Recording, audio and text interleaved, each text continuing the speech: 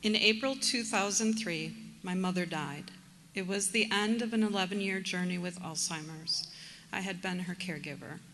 Before then, not only was I her daughter, but we had become friends. These are some of the letters I wrote to her for the last 2.5 years of her life and the first year after her death. They were short out of necessity, and I learned that listening includes more than the spoken word. Dear Mom, some days you are quiet, but that's rare.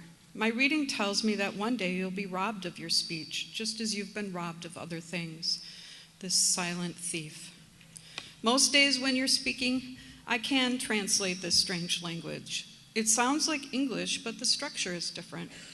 Sometimes you must repeat the same phrases over and over until something is settled in your mind, and then you can move on. Oftentimes, you ask me question upon question that I have no answer for. I spend my days answering questions. Sometimes you have anger or frustration in your voice when you ask me these things over and over. My response is meant to be benign. I say, I don't know, or I suppose it could be true, or I hadn't thought of it that way.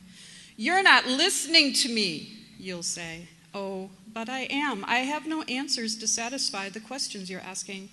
I don't know if Bin and Heller have a 92. I don't know who Bin and Heller are. I don't know if Steve got his meat at the hospital or whether the nuns will be coming for their cake sleeves. I can't tell you why numbers with 9 in them are more important than other numbers. But still, I spend my days answering questions because one day your voice will stop.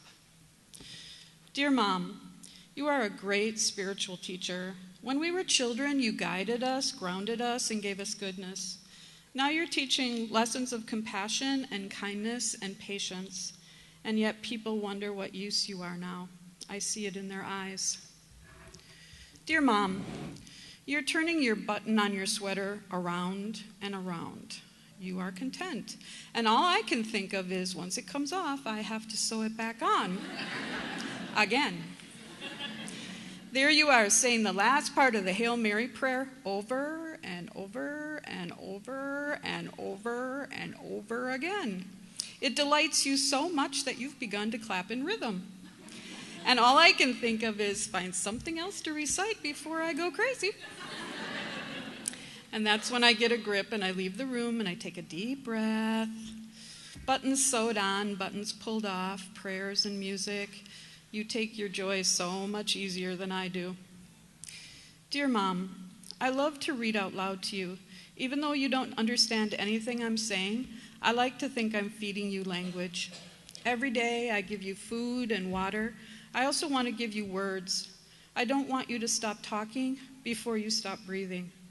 I want you to tell me goodbye. Against all odds, I want you to tell me goodbye. Alzheimer's snuck up moment by moment, and there was no time to say goodbye before you were gone. So every day I feed you words, words to sustain you until the end. Don't leave without saying goodbye, please.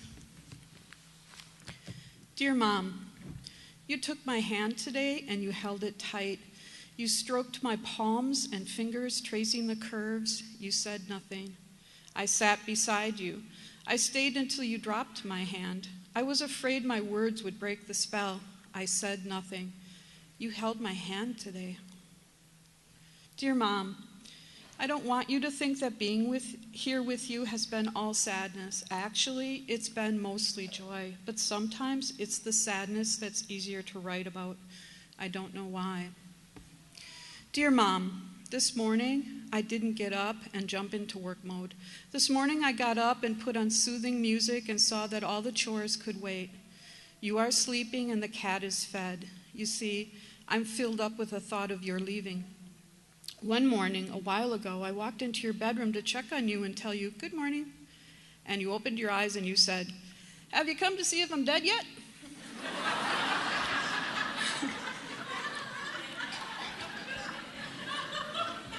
Your bluntness and lucidity stopped me in my tracks, and I decided to be honest, and I answered, yes. And you breezily replied, nope, still here. And then you went on with other conversation that made no sense, just when I think I can't be surprised anymore. Dear Mom, I stand you up and hold your arms to walk you, a bit of exercise every day. Lately, I hum a bit of a tune. It reminds me of the stories about Dad and how you waltzed together to the radio in the kitchen. I want you to have the things you remembered now that you've forgotten. Dear Mom, as I watch you sleep this afternoon, I see a calm trustfulness in your face and rhythmic breathing. I have you wrapped up to keep you comfortable. You look at once very old and very young. Dear Mom, I want to thank you for the gift of words.